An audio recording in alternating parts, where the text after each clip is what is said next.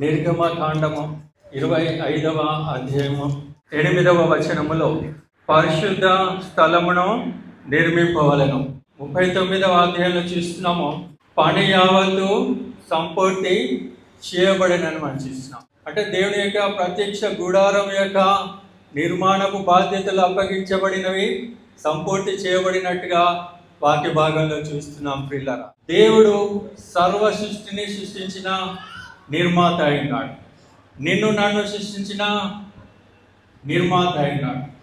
ప్రభు మనల్ని నిర్మించినవాడు, సర్వ సృష్టిని మన కొరకు ఏర్పాటు చేసినవాడు.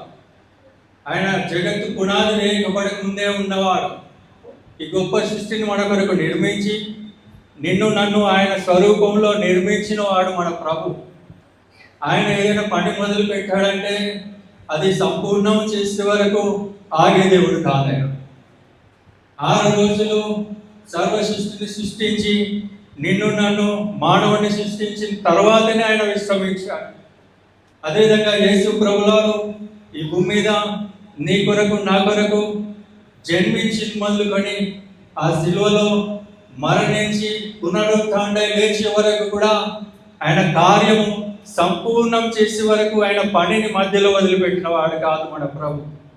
ఎన్ని బాధ పెట్టే సందర్భాలు ఎదురైనా, శోధించబడే సమయాలు ఎదురైనా, అవరోధాలు ఎదురైనా, హేళన చేసే సమయాలు ఎదురైనా, మన కొరకు ఆయన తన వేదన చెందుతూ తన కార్యము ఈ భూమి మీద సంపూర్ణం చేసినట్టుగా లేఖన భాగాన్ని బట్టి మనం అర్థం చేసుకోవచ్చు. ప్రియులారా, మన యొక్క శరీరము రీతి చూసినట్టయితే మన రూపము ఒక చక్కగా తీర్చిదిద్దబడింది. ప్రతి ఒక్క అవయవం కూడా చక్కగా నిర్మించాడు మన ప్రభు. ఒక పరిపూర్ణమైన శరీరము మనము కలిగి ఉన్నాము. అదేవిధంగా సంఘము కూడా అనేకమైన ఆత్మల సమూహము, అనేకమైన అవయవాల సమూహంగా ఒక సంపూర్ణంగా మనకి కనిపిస్తుంది సంఘ సహవాసం కూడా.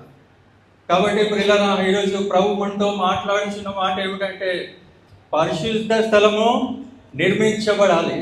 అది నిర్మించబడడం మాత్రం కాదు, కార్యము నెరవేర్పు వరకు కొనసాగించబడాలని దేవుడి యొక్క వాక్యం ద్వారా మనము తెలుసుకోగలుగుతున్నాం. పరిశుద్ధ స్థల నిర్మాణము అనేది ఈరోజు మన యొక్క వాక్య భాగంగా మనము స్వీకరించున్నాం. పిల్లరా,